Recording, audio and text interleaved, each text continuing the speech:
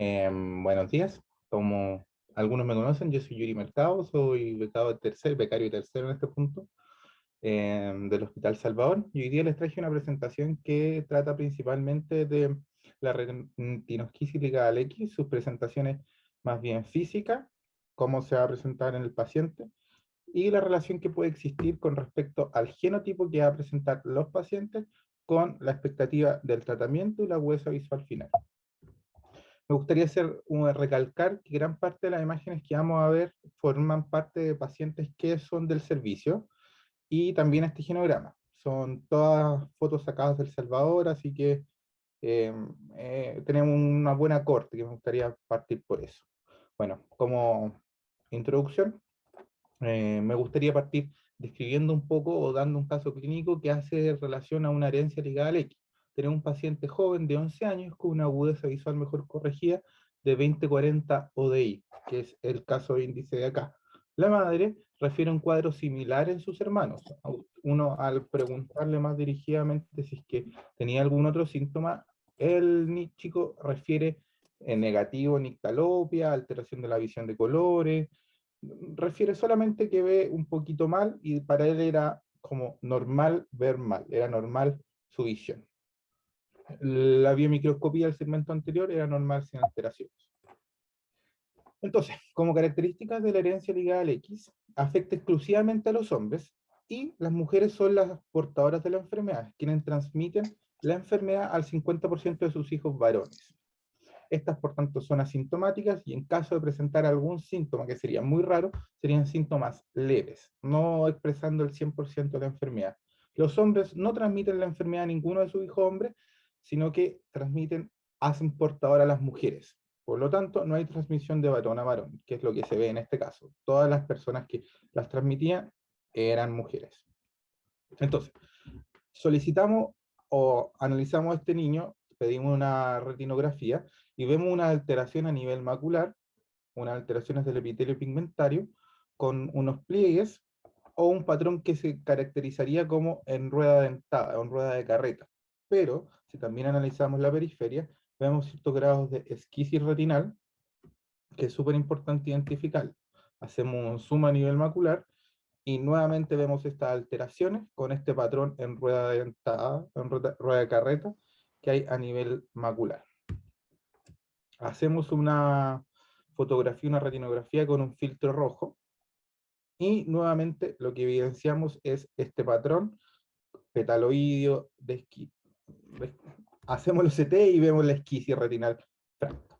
Entonces, el diagnóstico de este paciente lo más probable es que sería como un paciente joven y la madre refería que es algo más bien que sus hermanos también lo tenían, se plantea el diagnóstico de una retinosquisis ligada al X, al cromosoma X. Y aquí es donde quiero empezar la presentación, algunos tópicos a evaluar. Vamos a hablar de la prevalencia, la fisiopatología, presentación clínica, el diagnóstico, la evolución, las complicaciones y los tratamientos. Como modo de introducción, como ya había hecho al principio antes, es una herencia legal X que afecta principalmente a hombres jóvenes. Su prevalencia, si bien es baja 1 en 5.000 a 1 en 25.000, el impacto que puede tener la calidad de vida de estos niños y también de la familia es súper grande, porque actualmente no hay tratamientos definitivos que nos permiten ayudar o mejorar la agudeza visual de estos niños. Fue escrita a finales del siglo XIX por el oftalmólogo Joseph Haas. Se caracteriza o es la causa de una disminución leve a moderada. Si bien es cierto, se describe un gran espectro de acuerdo a las características genotípicas que puede tener el paciente, lo clásico es que sea una disminución leve moderada de la agudeza visual, secundaria a una alteración de las capas internas de la retina. Las características clínicas más bien clásicas que se describen de esta enfermedad es un hombre joven, un niño o un adolescente con mala agudeza de visión central, una degeneración muscular cistoidea en rueda de carreta, que era lo que habíamos descrito, con esquisis de sus capas internas y una reducción de la amplitud de la onda B o dentro del electroretinograma. Se describe clásicamente como una negativización del electroretinograma. Estas son las características clásicas. A mí me gustaría hacer hincapié y que vamos a ir desarrollando durante la presentación, es que estas características no siempre están presentes en todos los pacientes. Por lo tanto, hay que tener alto índice de sospecha, hacer muy bien un análisis y una anamnesis buscando información previa de los familiares, un examen minucioso también de los padres y hermanos para poder identificar elementos que nos permitan ayudar y ajustar el diagnóstico en estas personas. No tan solo en retinosquisis, sino que en sí en toda la genética. La historia natural que se describe es una disminución lenta de la agudeza visual hasta adolescencia, con estabilización de su agudeza visual en la edad media de la vida, en adultez temprana, y con un declive considerable sobre los 40 o 45 años de edad. Dentro de su fisiopatología, se ha objetivado mutaciones en el gen RS1, principalmente localizado en el cromosoma X, como lo habíamos descrito. Se han enumerado aproximadamente 194 mutaciones, y estas mutaciones generarían una alteración en una proteína estructural denominada retinosquisina, que es esta, la cual presenta una conformación de homohectámeros estabilizados por puentes disulfuro. Cada uno de estos elementos o cabezales que vemos acá son cabezales C-terminales de estas proteínas, que serían los encargados de establecer una interacción con las membranas plasmáticas de los fotorreceptores y las células bipolares, y de esta forma se cree que podrían estabilizar en cierto sentido el medio ambiente para mantener adosadas las distintas capas de la retina mediante el actuar de distintos proteínas iónicas, como la sodio-potasio y las bombas relacionadas con calcio. Y de esta forma generarían la adhesión celular. Como les había mencionado, su estudio o su función aún está en estudio. Se han hecho extrapolaciones de células o ojos de ratas en donde se evidencia principalmente la adhesión celular mediante la estabilización de estos puentes y la acción de los distintos bombas sodio-potasio y de calcio, y de esta forma mantener un medio idóneo para formar una buena sinapsis. Con respecto a sus mutaciones, si bien es cierto, las mutaciones pueden ser muy variadas, pero las que más abundan son las de sentido erróneo, las sin sentido y las de lesiones. Lamentablemente, las distintas presentaciones de las distintas alteraciones génicas van a presentar o van a originar un patrón distinto en la expresión fenotípica, que puede ir desde el patrón de rodada dentada u otras cosas que vamos a ver, o la presencia o ausencia de distintas lesiones periféricas. Con respecto a las características fenotípicas a nivel del fondo de ojo, en el polo posterior, lo más característico es la rueda de carreta, que era lo que yo les describía, que es hipo-hiper autofluorescencia mezclada a nivel posterior, versus la hiperautofluorescencia central, que se da principalmente en el 21% de los pacientes, pero se plantea que esto sería secundario a una atrofia, sobre todo en este sector, en una etapa intermedia, que sería la hipoautocentral, rodeada de hiperautofluorescencia periférica. Esto sería un espectro de la misma enfermedad. No se sabe qué pacientes son los que van a evolucionar a atrofia con el paso del tiempo, porque la cantidad de pacientes que tenemos en el estadio inicial son bastantes versus los que llegan a la atrofia.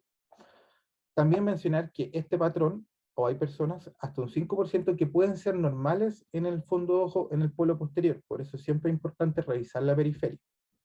Aquí tenemos el patrón de rueda dentada, que principalmente se asocia a esquisis maculares, en este patrón cistoideo, y también el patrón de hiperfluorescencia central, en donde vemos una gran atrofia con alteración de los segmentos externos de los fotorreceptores, y que podemos ratificar el grosor macular de una atrofia en ambos ojos.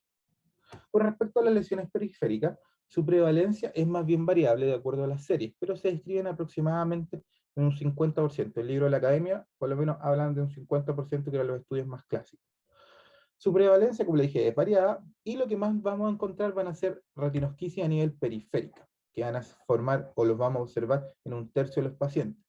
Los otros elementos, ¿por qué destaco estos primeros dos? El brillo metálico, que va a estar también en el 30% de los pacientes, pero también podemos ver otras alteraciones, como los velos vítreos, las migraciones del epitelio pigmentario, las espículas blanquecinas y el envainamiento vascular.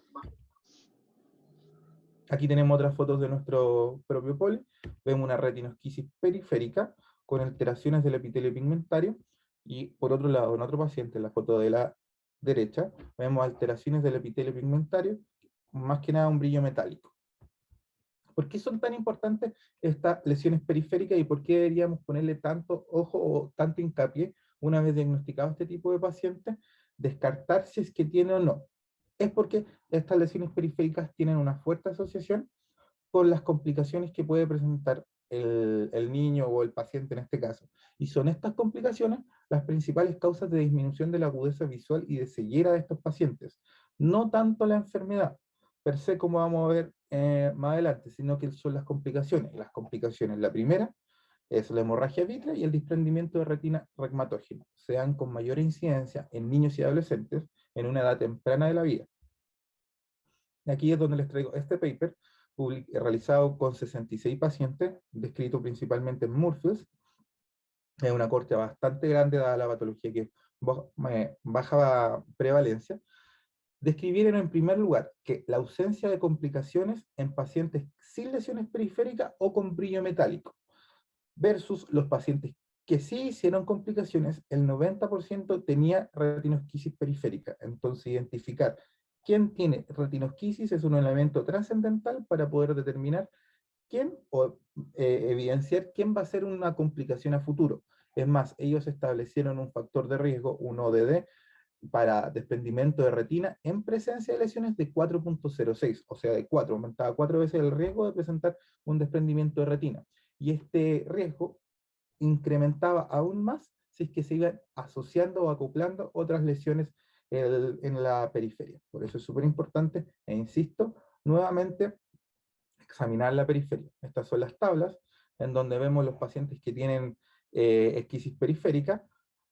Aquí vemos los que sí tuvieron complicaciones, que son 9, versus los pacientes que tenían la periferia normal o bien con este brillo metálico, que tenían 0 complicaciones. Y esto con un P significativo. Con respecto a las alteraciones a nivel del OCT, siempre vamos a tener alteraciones a nivel macular, a diferencia de la examinación del polo posterior. La diferencia es que algunas, la gran mayoría, van a ser foveales, y algunas, en menor medida, van a ser parafoveales. Lo que caracteriza a nivel foveal, bueno, en ambos casos van a ser la esquisis, la separación de las capas, o la atrofia, que como le había mencionado, no sabemos qué pacientes van a la atrofia. Se planteaba que era una evolución natural. Con respecto a la esquisis, primero mencionar, por lo general estamos en presencia de un aumento del grosor macular, que puede estar en general sobre las 350 micras. Pero, esto es un elemento que también me gustaría mencionarlo, y lo menciono más adelante, el promedio del grosor macular no está relacionado o no hay evidencia estadística que nos apoye que entre un mayor grosor macular el paciente va a tener una menor o mejor agudeza visual. No están correlacionados directamente uno con el otro. En caso de la esquisis retinal, la vamos a ver principalmente en la nuclear interna, pero también podemos verla en la plexiforme externa y la capa de fibras nerviosas. Con respecto a las lesiones de los fotorreceptores, no siempre están en el 80% de los pacientes, y lo principal que vamos a ver va a ser la zona de interdigitación, donde el segmento externo se asocia con el epitelio pigmentario, el elipsoide y la membrana limitante interna. Otro elemento que también, a diferencia del grosor macular, sí nos puede orientar sobre la agudeza visual que va a tener el paciente, es el grosor del segmento externo, o PROS, que se denomina en inglés. Este segmento se hizo un estudio con un caso de controles en donde se evidenció de que este grosor del segmento externo en pacientes que tenían la enfermedad, que tenían retinosquisis ligada al X, estaba francamente disminuido versus pacientes controles sanos, casi la mitad. Aquí les traigo un ejemplo, también de nuestro poli. Aquí vemos un paciente que es diagnosticado de retinosquisis, en donde vemos una alteración del epitelio pigmentario, porque no hay una línea continua. De hecho, esta línea está interrumpida, y al mismo tiempo no vemos el elipsoide. Entonces, aquí tenemos una alteración del elipsoide y una disminución de los segmentos externos. Este paciente, yo sí podría decir, con hechos objetivos, que su agudeza visual debería ser menor que otro paciente. Con respecto al electroretinograma, que es una de las características que se considera o que se considera cardinal para el diagnóstico, solamente describir someramente esto. La onda A sería la primera onda negativa que vemos en el electroretinograma y que se ve principalmente a la hiperpolarización de la fotorreceptor. ya sea a la luz o a la oscuridad, con o bastones, y la onda B es el primer ascenso después de esta onda negativa, así como un electro normal del corazón, que sería la activación de las células bipolares ON. ¿Qué es lo clásico que se describe? También un electroretinograma del poli, es una disminución de la amplitud de la onda B, que va a ser más bien simétrica en ambos ojos. ¿Ya? ¿Qué es lo que nos habla de esta disminución de la onda B o un electroretinograma electronegativo? Es una alteración más bien postsináptica. Aquí lo que se ve alterado per se en forma primaria es la capacidad de conducir el impulso nervioso porque no están los medios homogéneos. A diferencia de una alteración de conos y bastones en donde la amplitud que debería estar más bien afectada o la onda más bien afectada debería ser la onda A, en grado variable la B por un componente inflamatorio. Pero acá primeramente deberíamos ver una disminución de la onda B. Este patrón de una negativización de la onda B está presente en aproximadamente un 70% de los casos. El resto de los casos pueden tener una onda B dentro del rango normal o francamente normal. También podemos tener alteraciones de la onda A en menor medida, pero lo clásico es esta disminución franca de la onda B. También, como le había dicho, hay una gran correlación entre ambos ojos. Y no hay evidencia estadística que asocie el valor de este electroretinograma con la agudeza visual. ¿Ya? Eh, este estudio llevó como a concluir lo que estoy mencionando. Antiguamente, o se planteaba que se podría hacer un seguimiento de estos pacientes en función de su agudeza visual con electroretinograma, pero se evidenció de que no hay evidencia estadística que apoye este planteamiento, porque el electroretinograma, por lo menos en las series que tenemos, ya sea de 3 o a 5 años, no hay cambios en el electroretinograma, analizando distintos patrones, distintos elementos, distintas conformaciones del electroretinograma, ya sea la onda A, la onda B, la relación de la BA, ninguno es estadísticamente significativo. Entonces, en base a lo anterior, no serviría o no sería de mucha utilidad seguir a los pacientes con el electroretinograma, solo serviría para hacer el diagnóstico y establecer o eliminar hipótesis diagnósticas. Con respecto a lo nuevo, aprovechando nuestro angio, bueno, el angio-CT, los nuevos avances que estamos teniendo, se ha establecido que habría un aumento del área avascular, principalmente del plexo profundo. Y esto, nuevamente, sí tendría relación estadísticamente significativa con el área avascular, ¿ya? Con la agudeza visual. Aquí vemos, bueno, lo voy a ver. Hay dilataciones vasculares también del plexo profundo, que se ven acá, serían estas dilataciones vasculares, en un patrón petaloideo no reflectivo. Se plantea que estas alteraciones serían secundarias a que el plexo profundo estaría en estrecha relación con la capa nuclear interna, que es donde principalmente se dan las esquisis. No habría alteraciones, por lo menos hasta donde hemos investigado, no hay alteraciones a nivel de la capa superficial, el plexo superficial, ni a la vez de la coroides. Aquí vemos un paciente enfermo y un paciente sano, que se hace una segmentación a nivel del plexo superficial, donde en ambos casos es normal, pero yo hacer un corte, una segmentación manual del plexo profundo, veo un aumento del área vascular foveal en el paciente que tiene retinosquisis. Y es este valor lo que me determinaría o tendría relación con la agudeza visual final del paciente. Con respecto a la agudeza visual y la edad, ya habían varios papers que mencionaban o hacían alusión de que no había una relación directa entre la agudeza visual del paciente y la edad del paciente. Pero ya este estudio randomizado, perdón, este metaanálisis que recién salió el año pasado, a finales de año, concluye, por lo menos los 10 papers que menciona o que recaba, que no habría relación estadística entre la edad y la agudeza visual, sino que más bien la agudeza visual estaría directamente relacionada con las complicaciones que tienen los pacientes. Y serían estas las mandatorias y los elementos trascendentales por los cuales el clínico debería guiar o evaluar en la consulta, descartando lesiones periféricas. Como había mencionado originalmente, habría un leve descenso de la agudeza visual en edades tempranas, cuando son niños, hasta la adolescencia, con una estabilización de la agudeza visual cuando ya son adolescentes y adultos jóvenes, con un declive marcado en las mayores de 40 años, lo cual lo podemos ver acá, de que no es así. Los niños ganan agudeza visual.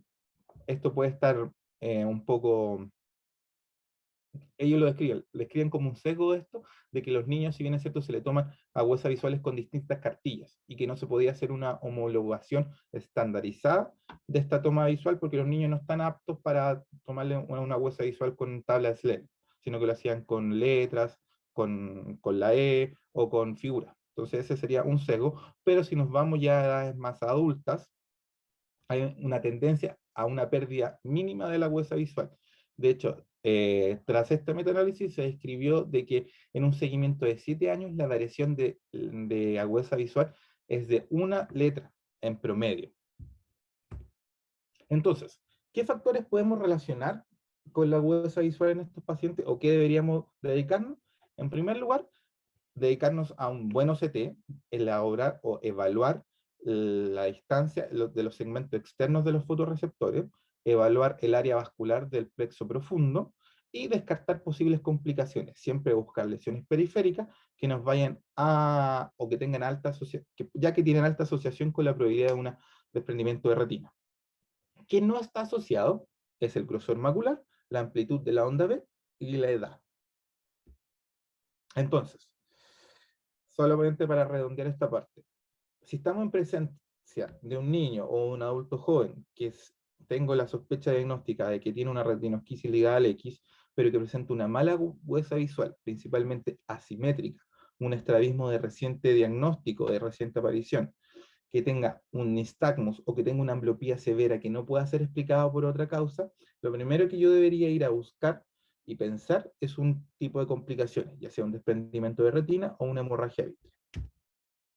Con respecto a sus diagnósticos diferenciales, la gran enfermedad en que salta primero, tanto por frecuencia como principalmente por frecuencia, es la enfermedad de Stargardt, que es la principal maculopatía hereditaria, que lo principalmente, si bien es cierto, sí tiene atrofia foveal, pero tiene estas manchas amarillentas que se describen como pisiformes, estos flecks. El electroretinograma no es característico. La retinitis pigmentosa, lo que principalmente describen los pacientes es esta nictalopia, esta mala capacidad para ver en la noche. Dentro del examen físico vamos a ver estrechamiento vascular, espículas óseas que pueden ser, que son como cardinales, pero no son patognomónicas, y un electroretinograma con disminución tanto de la onda A y una onda B, porque se está afectando principalmente los fotorreceptores. La enfermedad de Best, esto es una lesión macular principalmente en forma de huevo, que una vez que se revienta con el paso de la edad, va a generar una atrofia difusa, que puede parecerse o ser similar a otros tipos de maculopatía o distrofias maculares, pero que es importante, que acá el electroretinograma es normal, y va a ser el electrooculograma el cual va a estar alterado. Por otro lado, tenemos la distrofia en patrón, que se presentan más en una edad moderada en adultos jóvenes, y en donde las alteraciones son más bien difusas, estas alteraciones del epitelio pigmentario naranjo-amarillento, pero como dice su nombre, tienen un patrón característico. Con respecto al tratamiento, ¿sí? Lamentablemente con el tratamiento estamos un poco al debe, o no han habido avances muy cardinales, muy mandatorios sobre este tratamiento. La hipótesis que se plantea, o el tratamiento que actual estamos dando, son inhibidores de la anidrasa carbónica, ya sea oral o tópico. ¿Cuál sería el planteamiento de esto? A la anidrasa carbónica estimularía el epitelio pigmentario, que favorecería el transporte activo, la activación de distintas bombas sodio-potasio o de calcio que mantendrían y que favorecerían la movilización de iones, y de esta forma moverían el líquido para disminuir la esquisis. Y lo mismo ocurriría con la anhidrasa carbónica mediante la acidificación del vitrio, lo que generaría alteraciones iónicas y disminuiría el paso del líquido a nivel subretinal. Todo esto son planteamientos teóricos, extrapolaciones más bien de lo que se ocupa para retinitis pigmentosa. Aquí fue el primer paper que logré encontrar ya con un N considerable y publicado en una revista de alto impacto como era la revista Mayo. Encontré esta publicación del 2009, donde analizan o hacen una corte en donde evalúan la agudeza visual y el grosor macular de los pacientes. Nuevamente repetir de que lo hicieron solamente con 15 pacientes, o sea, 29 ojos. Un ojo se eliminó porque tuvo un gran desprendimiento de retina y tenía una visión nula, así que no era costo-beneficio darle al paciente a ese ojo el tratamiento. Y se evidenció de que había un 55% de ojos donde tenían un aumento de la agudeza visual. Este 55% de ojos correspondían al 80% de la corte, a 12 pacientes. Pero este fue el pero, había una disminución de la agudeza visual casi en un valor similar, de un 43%, y no había variaciones en 2 o 3% de los pacientes. Entonces, qué otra cosa pasando al grosor macular? Se dieron cuenta que 20 ojos o 11 pacientes presentaban una mejora en el grosor macular, pero que este grosor macular debía ser observado en el tiempo, ya que en algunos pacientes se podía presentar un rebote, tanto al disminuir la frecuencia de las gotas de la dorsolamía cada 8, o bien per se daba, independientemente de que estuvieran con la dosis máxima, podía haber un aumento del grosor macular. Y es cuando ellos plantearon, en su momento no lo pudieron determinar, si es que había una relación con el genotipo. Entonces, en base a esto, en base a este estudio que ellos realizan, ellos establecen, no tenemos nada mejor para darle a este tipo de pacientes. Se están recién desarrollando elementos inmunogénicos que nos permiten ayudar o administrar virus con la expresión de la retinosquisina, pero dado que es barato y es costo efectivo, hacemos la sugerencia de que todo paciente se le inicie un curso de dorsolamía cada 8 horas. Se le evalúa cada 2 meses. Si al cuarto mes se ve una evaluación favorable, se debería mantener el tratamiento o bien se podría plantear bajar. Si al sexto mes objetivamos un rebote o una ausencia de respuesta al tratamiento, recién ahí podríamos suspender el tratamiento. Y el paper termina con esta imagen que en parte me dejó como plop. Ellos describen, bueno, así como nosotros estábamos haciendo esto de la dorsolamía, también tenemos el hecho de que en el siglo XVIII, finales, se vendían millones o hartos elementos mm, de uso oftalmológico que no estaban basados en nada y que no tenían aprobación. Me pareció muy curioso este elemento.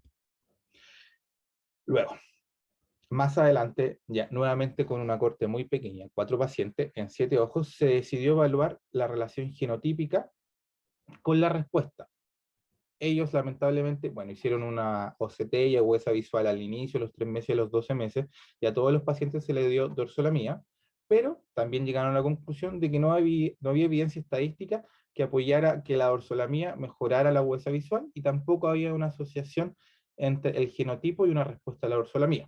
Esto fue como en el año 2016, 2017, y en el 2016 tenemos este grupo más grande de 36 pacientes, 65 ojos, realizado en la Universidad de Chicago, que como objetivo principal ellos determinan o establecen la comparación de la agudeza visual y el grosor macular de pacientes con retinosquisis, pero que estén ocupando la dorsolamía timolol en ambos ojos. Todos los pacientes tenían dorsolamía timolol. Con respecto al grosor macular, ellos lograron evidenciar que había una disminución, ya todos lo habían comprobado, esto fue una ratificación de lo anterior, que mejoraba o hacía disminuir el grosor macular en aproximadamente el 70% de los pacientes, pero había que tener ojo a los que respondían porque un gran porcentaje, un 30-33%, un tercio de ellos podían presentar un rebote. ¿Ya? Un 33% por otro lado no habían variación y habían algunos pacientes que aumentaban los quistes. Como ya había mencionado, el grosor macular no se asocia directamente con la agudeza visual que tengan los pacientes. Así que esta parte, si es cierto, un 6% se expandían, no hubo variación en ellos de la agudeza visual. Pero lo que sí lograron establecer este grupo más grande, una corte más grande, es que sí había mejor estadística en el uso de la dorsolamía versus los pacientes que no. Se logró evidenciar que el 50% mejoraban su visión, pero que esta visión era muy pequeña, que ganaban una letra en general. Por lo tanto, ellos determinaron que la ganancia o la significancia clínica de esta mejora en la agudeza visual es incierta y que se debían hacer nuevos estudios para poder determinar qué factibilidad o qué ganancia o significancia clínica daba para los pacientes. Eso. Este, por último, ya son papers un poco más modernos, también nuevamente hacer hincapié, una corte de 3 pacientes, en donde se hace un estudio descriptivo y se observa que hay unas variaciones del grosor macular en función del horario. Se aumenta o se evidencia una disminución del grosor entre las 9 y las 11, perdón, la 1 de la tarde, 9 de la mañana y 9 de la tarde. Y es en este rango en donde se produciría la mayor variación. Y esto se debería a algunas teorías. Contexto, estamos hablando de niños, que principalmente son los que tienen esta enfermedad. Se plantea de que habría una mayor activación de la bomba sodio-potasio durante el día, ¿ya? Y esto explicaría por qué en la noche, o por qué al despertarse, esos dos pacientes presentan mayor grosor eh, macular. Por otro lado, se plantea una secreción circadiana de la retinosquisina, que sería mayor durante la noche. Esto explicaría nuevamente por qué pacientes con unas lesiones en la secreción de retinosquisina van a presentar un mayor grosor durante la noche, o durante la mañana, las primeras horas de la mañana. ¿Qué elementos no se han podido probar o que se plantean, o sería como una segunda teoría, una teoría de segunda mano, sería el efecto de la gravedad, que producto de que los pacientes se acuestan, habría un aumento del grosor macular, pero no lograron identificar alteraciones o cambios entre el segmento superior y el segmento inferior, la mácula. Por otra parte, ya esto, una extrapolación de la retinopatía diabética, se plantea alteraciones vasculares que pudieran estar permitiendo o originando un traslado o un exudado de líquido. Pero como estamos hablando de niños sanos, sin presencia de diabetes, hipertensión, esto no sería aplicable. Y también haga de que habría una mayor secreción de cortisol en la noche, y esto sí determinaría una alteración de la permeabilidad vascular. Son algunas teorías. ¿Qué sesgos tiene este estudio? Lamentablemente es que una población muy pequeña. Y, por otro lado, es que no se hicieron evaluación de la agudeza visual en estos pacientes. Si bien es cierto, lograron identificar un aumento del grosor por la noche, no se sabe si este grosor estará relacionado directamente con la agudeza visual o este cambio también habrá una mejoría de la agudeza visual durante el día. Esas son cosas que debemos estudiar más adelante. Con respecto al estudio genético, lamentablemente están solamente en fase 1 y 2, y como le había mencionado, es la administración de intravítrea de virus con la expresión de retinosquisina. Este fue el estudio que yo logré encontrar, donde se tenía 27 pacientes, pero lamentablemente este estudio se suspendió porque se dieron cuenta, uno, que no servía, y dos, que la cantidad de complicaciones que tenían estos pacientes eran altas, pero no per se a la enfermedad, sino, no a nivel ocular, sino por la inyección de estos virus. ¿Qué pasa en nuestro Hospital Salvador? Bueno, como le había mencionado, gran parte de las fotos que vimos acá forman parte de nuestro corte, ya que somos el Centro de Derivación Nacional para Estudio, Tratamiento y Seguimiento de estas enfermedades oculares. Actualmente contamos con 44, 45 pacientes, mucho más que los estudios que yo le había mencionado, que forman 9 familias distintas. Actualmente, junto con el doctor Moya y el equipo de retina, estamos trabajando en varios estudios, eh, algunos no más que es una descripción fenotípica, identificación de lesiones periféricas, las variaciones diurnas que pueden haber dentro del grosor macular, con una expresión en la agudeza visual, enfocado en eso, la identificación genotípica que podría determinar las distintas expresiones y las respuestas de estos pacientes al distintos tratamientos. Así que estamos desarrollando todo ese tipo de investigaciones actualmente. Están en curso. Eso. Bueno, solamente como, no sé si alguien lo vio, el equinoccio de verano en el Polo Norte. Bueno, esto es Stonehenge. Bueno, esto es una construcción megalítica de varios miles de años atrás, y se planteaba de que esta era una ofrenda al sol, en donde cada equinoccio, la luz pasaba, esto fue el equinoccio de ayer, ahí está el sol saliendo, pasaba a través de uno de los pilares y presentaba la luz final en este altar o esta piedra altar principal, en donde se hacían sacrificios, la verdad su significado aún permanece incierto para los arqueólogos, pero ayer se celebró el equinoccio y se hizo vía online.